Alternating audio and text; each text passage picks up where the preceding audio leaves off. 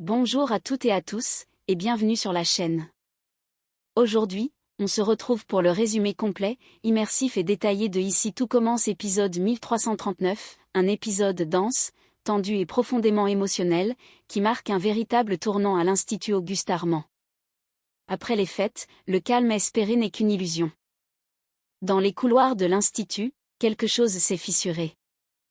Les sourires sont forcés, les silences plus lourds que les mots, et chacun avance avec ses propres failles, ses peurs, ses colères. L'équilibre est fragile, prêt à céder au moindre choc. Au cœur de cet épisode, Fleur vit dans l'angoisse. Elle sent que Joséphine vacille, que les vieux démons ne sont jamais très loin, et que cette relation avec Lou, aussi sincère soit-elle en apparence, pourrait devenir une zone de danger. Elle redoute le pire, non par manque de confiance, mais parce qu'elle connaît trop bien les mécanismes de la rechute, les faux-semblants, et les silences qui cachent la tempête. Joséphine, justement, lutte. Elle veut croire qu'elle peut aimer sans se perdre, qu'elle peut avancer sans être constamment surveillée, jugée ou protégée. Mais entre les provocations, les tensions en cuisine et une découverte troublante, elle se retrouve face à une tentation qui pourrait faire voler en éclats tous ses efforts. De son côté, Lou joue gros.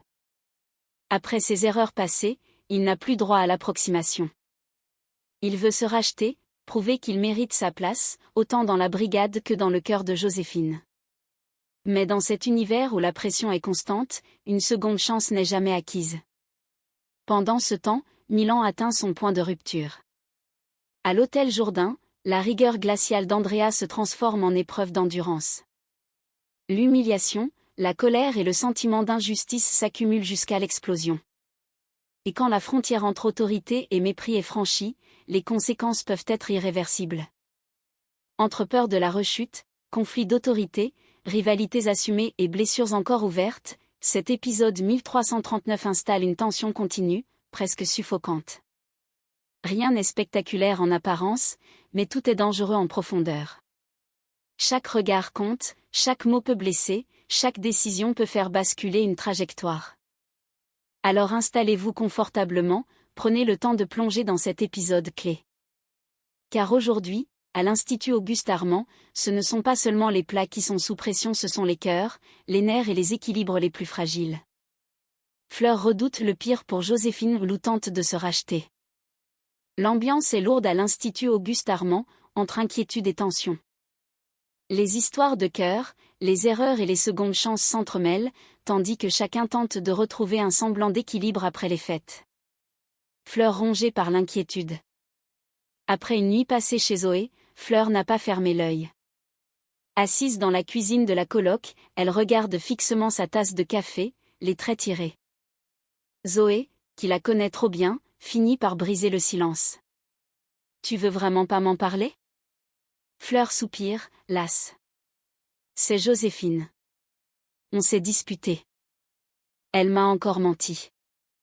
Et je sais pas si c'est volontaire ou si elle retombe dans ses travers. Zoé, compatissante, pose une main sur son bras. Jo se bat, tu le sais. Mais elle a besoin qu'on la confronte, pas qu'on la protège. C'est ce que j'ai essayé de faire. Sauf qu'elle l'a très mal pris. Fleur ferme les yeux un instant. J'ai peur pour elle, Zoé. Peur qu'elle replonge, peur qu'elle s'accroche à la mauvaise personne. Joséphine se confie à Lou. De son côté, Joséphine retrouve Lou à la ferme. Elle tente de masquer son trouble, mais sa voix trahit son malaise. Je me suis disputée avec Fleur. Elle s'inquiète pour moi, elle croit que je me perds encore une fois. Lou s'approche, bienveillant.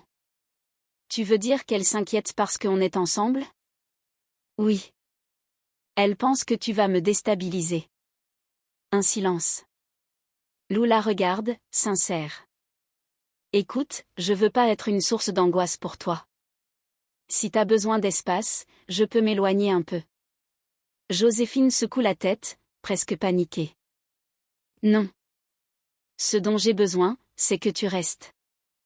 Que quelqu'un me voie autrement que comme un cas à surveiller. Lou esquisse un sourire doux. Alors on va leur prouver qu'ils ont tort. Le défi d'Anouk. Quelques heures plus tard, Lou se présente devant Anouk pour mettre les choses à plat. Elle l'attend, bras croisés, visiblement déterminée à ne plus se laisser embobiner. Alors?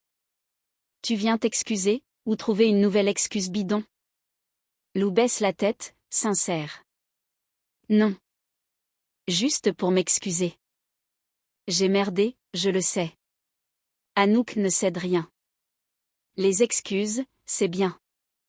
Mais moi, j'ai besoin de preuves. Si tu veux revenir comme second, tu vas devoir me montrer que t'as encore le niveau. Qu'est-ce que tu veux que je fasse? Une revisite de ton tartare de veau. D'ici demain. Libre à toi de surprendre le jury, mais si tu rates, c'est terminé. Lou relève la tête, le regard soudain plus ferme. Marché conclu. Je vais te montrer que je mérite ma place. Anouk esquisse un léger sourire, presque imperceptible. Parfait. Et cette fois, Lou sans mensonge, sans détour. Alors que la nuit tombe sur Calvière, chacun se prépare à affronter ses propres démons. Fleur redoute la rechute de Joséphine, Lou tente de regagner la confiance d'Anouk, et Joséphine, elle, vacille entre passion et peur. Un fragile équilibre qui pourrait basculer au moindre faux pas. Milan craque à l'hôtel Jourdain, Fleur redoute que Joséphine perde pied. Les couloirs de l'Institut Auguste Armand bruissent d'agacement et d'inquiétude. Tandis que Milan sature face à la rigueur implacable de la marquise Andrea, Fleur, elle, tire la sonnette d'alarme au sujet de Joséphine, dont la relation avec Lou semble devenir une bombe émotionnelle à retardement. Milan aboue face à Andrea. À l'hôtel Jourdain, la matinée est tendue. Andrea inspecte les chambres avec son éternel carnet et sa rigueur de métronome. Milan, lui, n'en peut plus. Entre les draps au carré, les angles parfaits et les remarques permanentes, la coupe est pleine. Alors qu'il s'applique maladroitement à aligner des verres sur le buffet, Andrea le corrige sèchement. Non, pas comme ça. La tige du verre doit être orientée à 30 degrés par rapport à la ligne de la nappe. Vous comprenez? Milan serre les dents. Oui, chef. Mais dès qu'elle tourne le dos, il murmure à Thelma. Sérieusement, j'ai l'impression d'être un larbin. On dirait que je bosse dans un palace de vampires. Thelma pouffe discrètement. Andrea se retourne aussitôt. Une remarque, M. Milan? Non, rien du tout. Parfait. Alors continuez à servir avec le sourire. Un bon professionnel sait ravaler son ego. Quand Andrea quitte la pièce, Milan lâche un soupir monumental. Je te jure, si ça continue, je démissionne. Plus tard, au double A, Anaïs le retrouve en pause café, visiblement tendu. T'as l'air au bout du rouleau. Je te jure, elle me traite comme si j'étais son majordome. Anaïs, plus prudente, baisse la voix. Écoute, on devrait peut-être éviter que les Jourdain sachent qu'on est ensemble. Si ça s'apprend, on va se faire broyer par le protocole. Milan grimace. Super, donc en plus je dois jouer au célibataire au boulot? Anaïs soupire, douce mais ferme. C'est pas contre toi, c'est juste stratégique. Fleur tire la sonnette d'alarme. Pendant ce temps, Fleur retrouve Zoé et Solal au comptoir de la salle commune. Le visage fermé, elle les met dans la confidence. J'ai peur pour Joséphine. Elle refait les mêmes erreurs qu'avant. Zoé fronce les sourcils. Tu penses à sa dépendance? Oui. Joséphine ne sait pas aimer à moitié. Elle s'attache, elle fusionne, et après elle s'effondre. Solal, pragmatique, réplique. Mais Lou a l'air sincère. Peut-être qu'il l'aide à se stabiliser. Fleur secoue la tête, catégorique. C'est ça le problème. Pour elle, l'amour devient une béquille. Si Lou s'éloigne, elle peut vriller. Zoé échange un regard inquiet avec Solal. Tu crois qu'il faut lui en parler? Pas maintenant. Mais il faut rester vigilant. Si elle décroche, il faudra intervenir vite. Pendant que Fleur guette les premiers signes d'un dérapage, Milan, lui, s'enfonce dans sa frustration. Deux élèves à la croisée des chemins, l'un étouffe sous la hiérarchie, l'autre tente de sauver une amie en danger de rechute. Et à l'Institut Auguste Armand, Tout le monde le sait, quand la tension monte à la fois en cuisine et dans les cœurs, il ne faut jamais longtemps avant que tout explose. Fleur en plein désarroi, Billy hanté par Valdine, et Bianca joue avec le feu. Les journées reprennent à l'institut, mais la sérénité semble loin. Entre blessures sentimentales, tensions judiciaires et rivalité de cuisine, le calme est un luxe que plus personne ne s'autorise. Fleur blessée par le silence de Lionel. En fin d'après-midi, Fleur range distraitement quelques dossiers dans son bureau. Son téléphone vibre, elle l'attrape aussitôt. Rien. Toujours pas de message. Elle soupire profondément. Cela fait plusieurs jours que Lionel ne lui répond plus. Pas un mot, pas même un accusé de réception. Zoé, qui passe la tête par la porte, remarque son air abattu. Toujours pas de nouvelles? Fleur secoue la tête. Rien. Je pensais qu'on pourrait au moins garder un lien, mais apparemment, j'ai été la seule à y croire. Zoé tente de relativiser. Peut-être qu'il a besoin de temps. Le silence, Zoé, c'est rarement une question de temps. C'est une réponse. Elle referme son téléphone, le cœur lourd. Derrière son apparente maîtrise, Fleur encaisse un vide qu'elle n'avoue pas. Le procès de Valdine approche. Dans le hall du double A, Anaïs, Billy et Tom prennent un café, tendus. Le procès de Valdine approche, et la perspective de témoigner rouvre des plaies encore fraîches. Tom tente de détendre l'atmosphère. Allez, on a survécu à pire. C'est juste une audience. Mais Billy secoue la tête. Non, Tom. C'est pas juste une audience. C'est le moment où tout ce qu'on a vécu va ressortir. Et je sais pas si je suis prête. Anaïs, posée, essaie de la rassurer. C'est la dernière ligne droite. Après ça, tout sera derrière nous. Billy murmure, les yeux dans le vide. J'aimerais y croire. Mais s'il s'en sort? Il n'y a pas de preuves, juste nos mots. Un silence pesant s'installe. Anaïs pose une main sur son épaule. Alors il faudra que nos mots soient assez forts. Billy hoche la tête, mais son regard reste perdu. Elle a beau vouloir tourner la page, elle sent que ce procès la replongera dans l'obscurité qu'elle tente encore d'oublier. Rivalité en cuisine, Bianca provoque Lou. En cuisine, la tension monte d'un cran. Bianca, toujours en quête de reconnaissance, observe Lou préparer ses assiettes. D'un ton faussement léger, elle s'approche. Tiens, c'est ton plat pour la revisite? Je peux goûter? Sans attendre de réponse, elle attrape une cuillère et goûte la préparation encore tiède. J'aime pas mal. Un peu trop sage à mon goût, mais bon. Lou, vexée, la fusille du regard. Personne t'a rien demandé, Bianca. À quelques pas de là, Joséphine, témoin de la scène, s'avance aussitôt. Tu veux pas aller jouer ailleurs? Lance-t-elle froidement. Bianca sourit, provocante.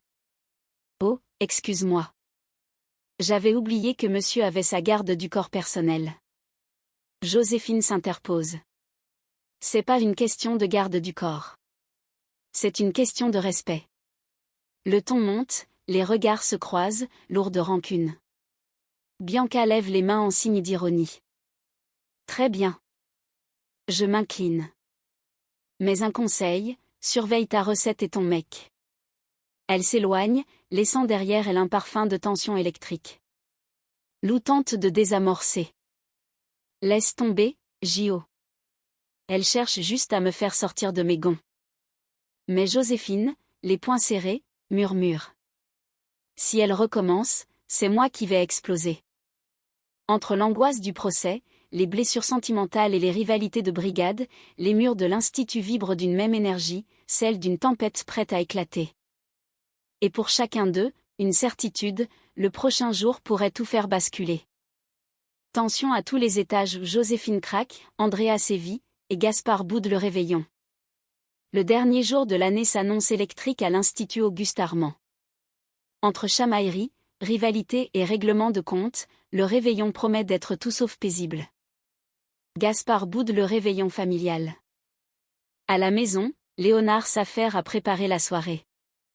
Les décorations brillent, l'ambiance se veut festive. Mais Gaspard, affalé sur le canapé, n'affiche pas le moindre enthousiasme. « Tu viens pas nous aider ?» demande Léonard, une guirlande à la main. « Franchement, j'ai pas envie de passer le réveillon avec Ferdy et ses mocassins à glands. » Rétorque Gaspard, cinglant. Léonard lève les yeux au ciel. « Gaspard, t'exagères. » Il essaie de s'intégrer. S'intégrer ? Il parle que de ses voyages, de sa voiture et de ses chaussures à glands. On se croirait dans un défilé de bourgeois en cure détox. Le ton monte. Léonard le fusille du regard. Ça suffit. Tu peux ne pas l'aimer, mais t'as pas à être méprisant. Calme-toi un peu.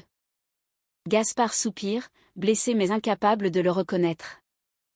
Leurs regards se croisent, tendus. Peut-être qu'ils finiront par se croiser à la soirée déguisée prévue à la péniche ou peut-être pas. Une chose est sûre, le réveillon commence déjà sous haute tension. Andrea ne lâche rien. À l'hôtel Jourdain, Andrea est dans son élément et Milan et Thelma en font les frais. Les deux élèves pensaient que la veille du nouvel an leur vaudrait un peu de répit. Ils se trompaient lourdement. Andrea les attend devant la chambre, bras croisés, ton glacial. J'ai repassé derrière vous hier, et je peux vous dire que c'était indigne d'un hôtel de prestige. Oreiller mal aligné, drap froissé, poussière sous le bureau. Vous avez fait preuve d'un manque total de considération. Milan tente un sourire nerveux. On était fatigué, madame. La fatigue n'excuse pas le désordre. Aujourd'hui, je reste avec vous. Je veux voir chaque geste, chaque pli, chaque geste de nettoyage. Thelma soupire discrètement. Andrea lève un sourcil. Quelque chose à ajouter, mademoiselle ? Non, chef. La marquise sourit, satisfaite. Parfait. Alors, au travail. Elle s'installe dans un fauteuil, carnet en main, observant chacun de leurs mouvements avec la précision d'un juge d'orchestre. Un vrai cauchemar pour le duo, qui comprend vite que le moindre faux pas leur coûtera cher. Joséphine dérape face à Bianca. Pendant ce temps, en cuisine, Marc Leroy lance son module spécial de fin d'année. Les élèves se regroupent autour des postes de travail sauf Joséphine, qui arrive en retard, essoufflée. Mademoiselle Rochemont, quelle ponctualité exemplaire. Ironise Marc. Vous travaillerez avec Bianca. Les regards se croisent, déjà électriques. Bianca sourit d'un air narquois. Parfait. J'adore cuisiner avec les retardataires. Joséphine serre les dents. Elle travaille côte à côte, mais l'ambiance est explosive. Bianca ne cesse de commenter à voix haute.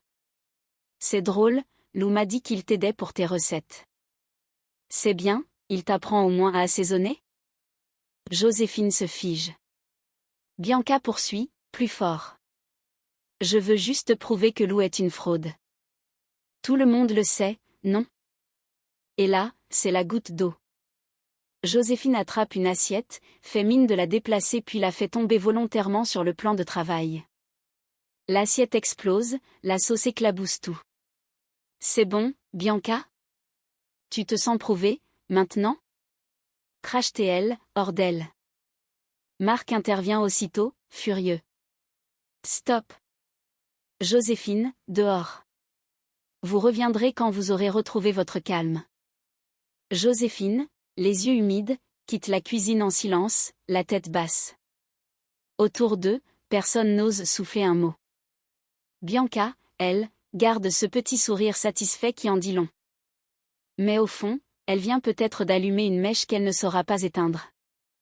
Entre les rancunes de Gaspard, la rigidité d'Andrea, et la colère de Joséphine, l'institut se transforme en poudrière.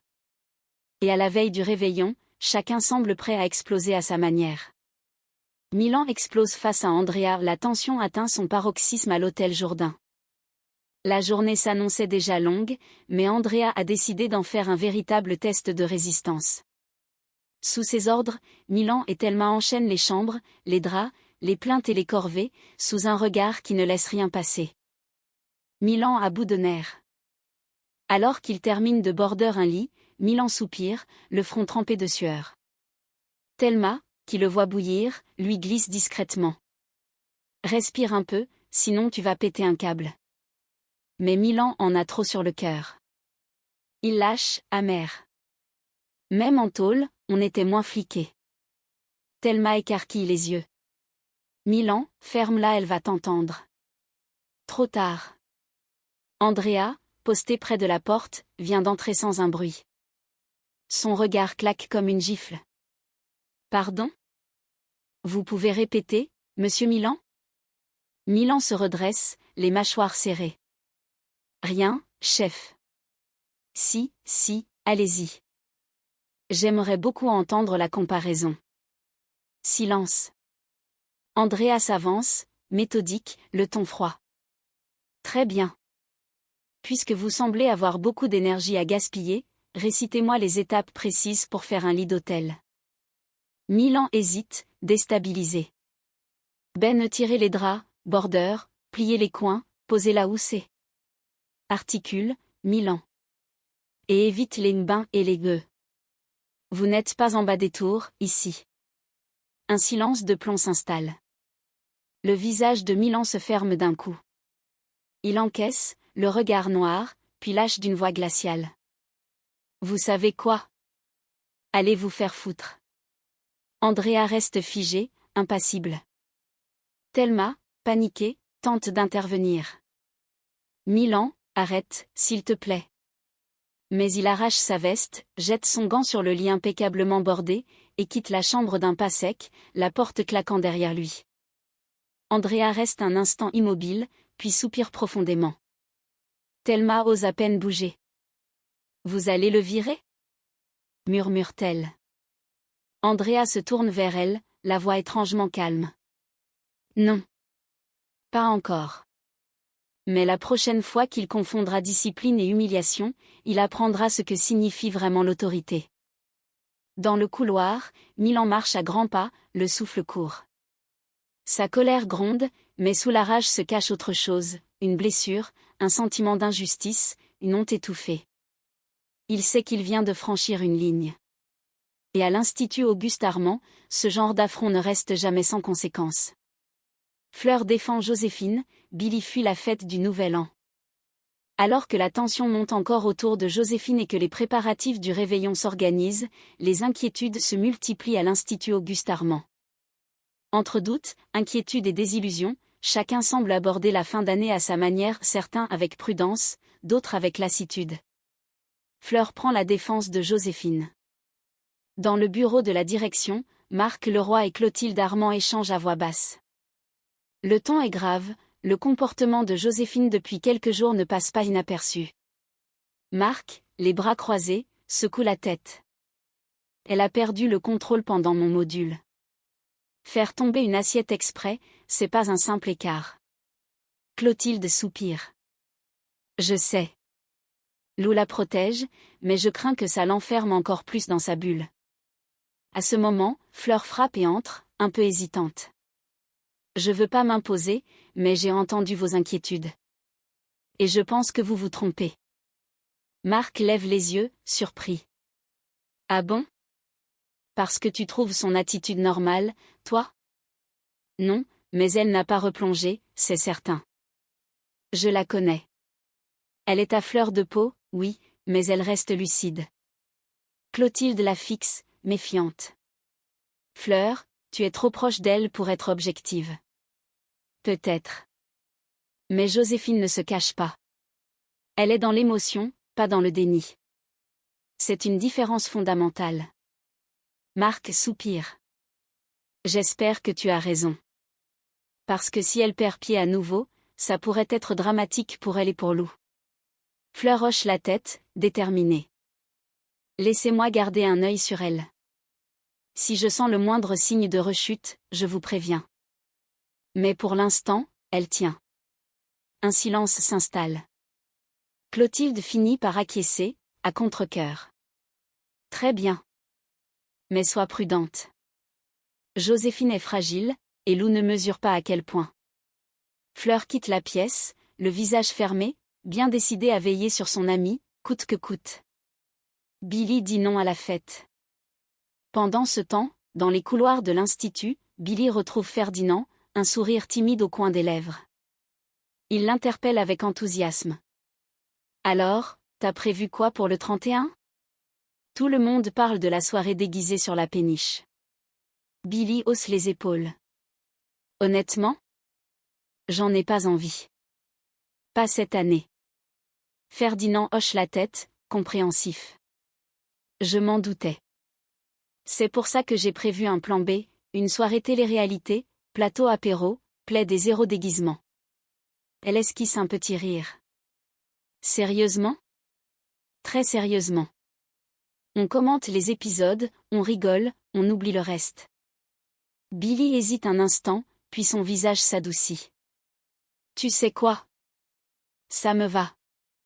J'ai pas le cœur à faire semblant de m'amuser. Ferdinand sourit, soulagé. Parfait. Alors rendez-vous le 31, ambiance cocooning. Billy acquiesce, reconnaissante.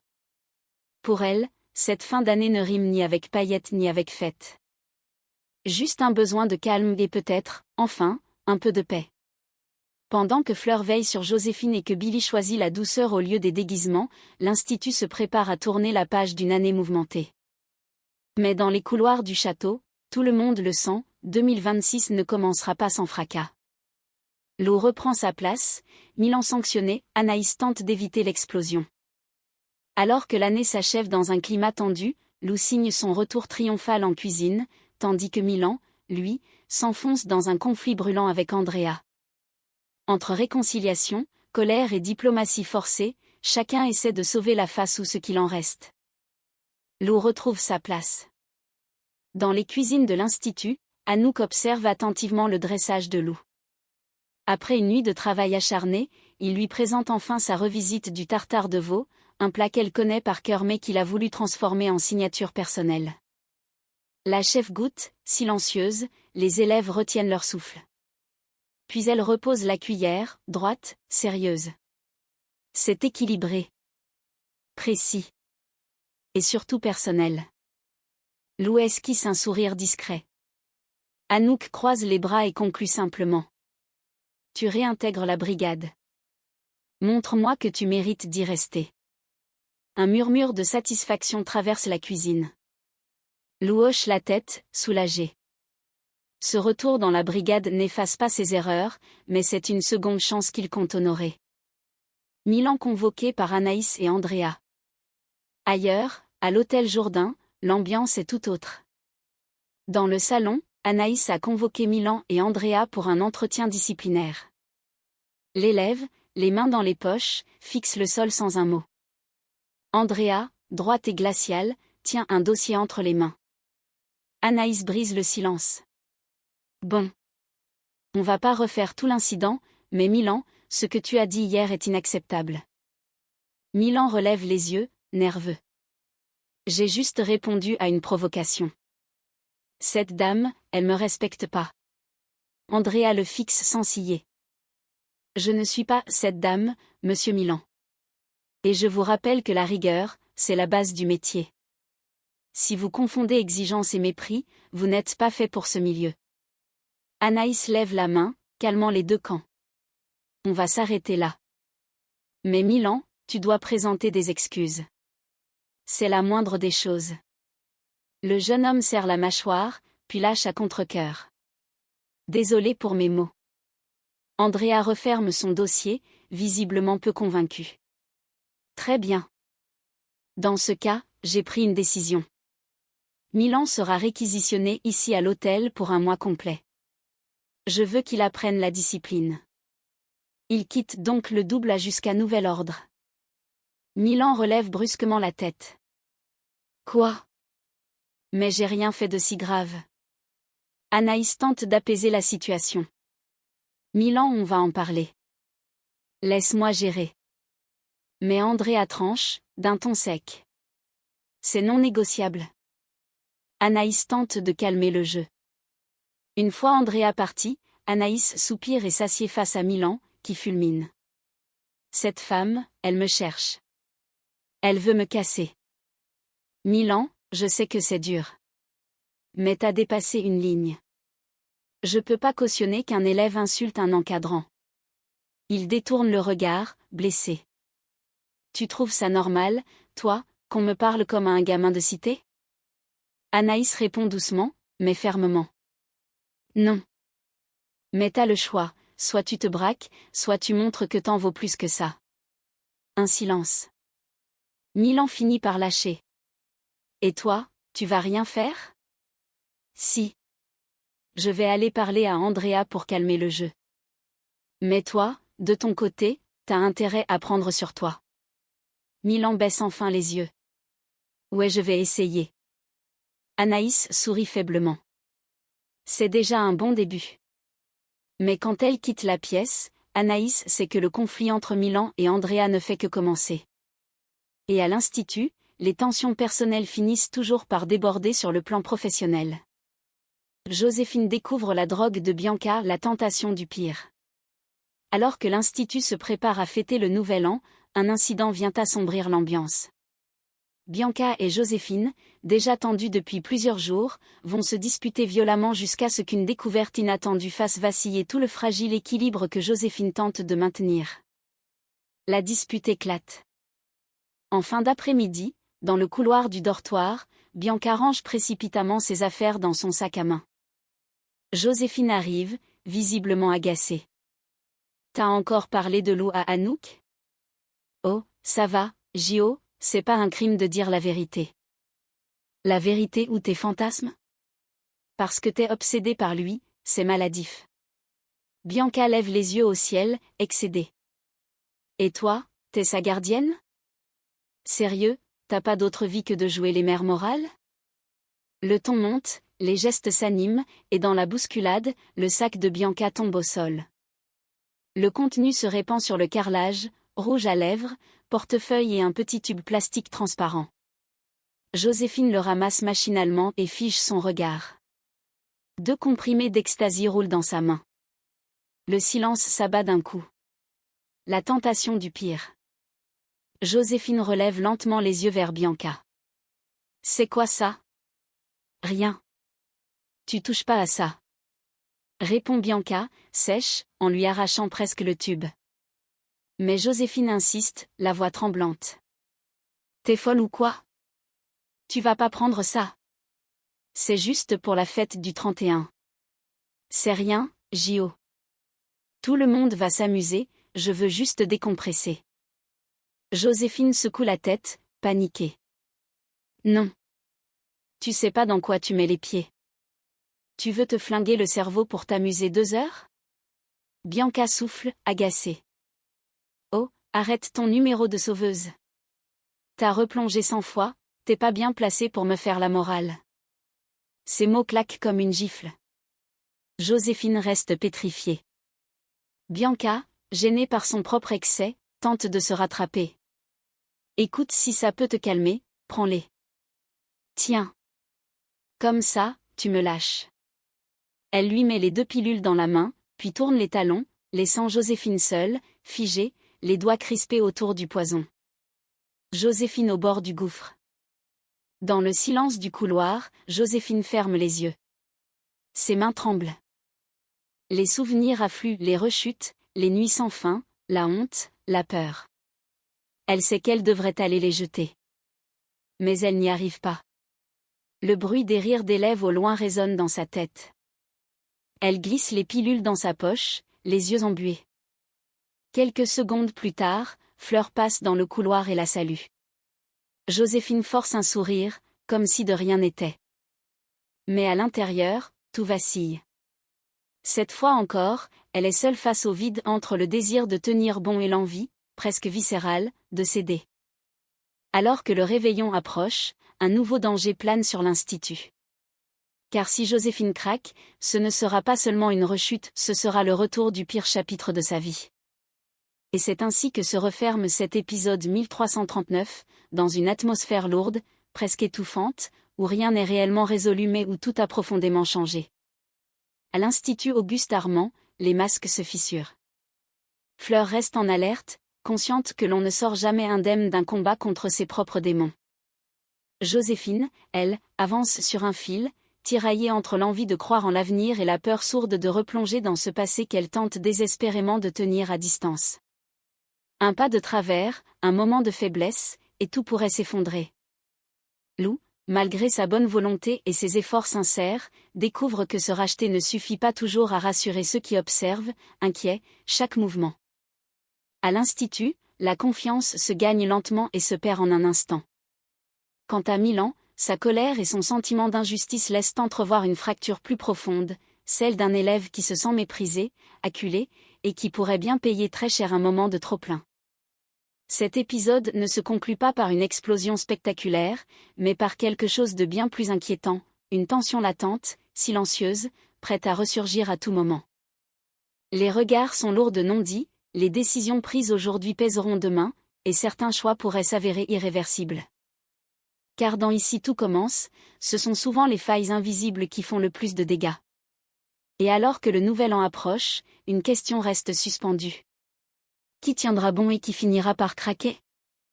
Si cette analyse vous a plu, n'hésitez pas à soutenir la chaîne, à partager votre ressenti en commentaire et à vous abonner pour ne rien manquer de la suite.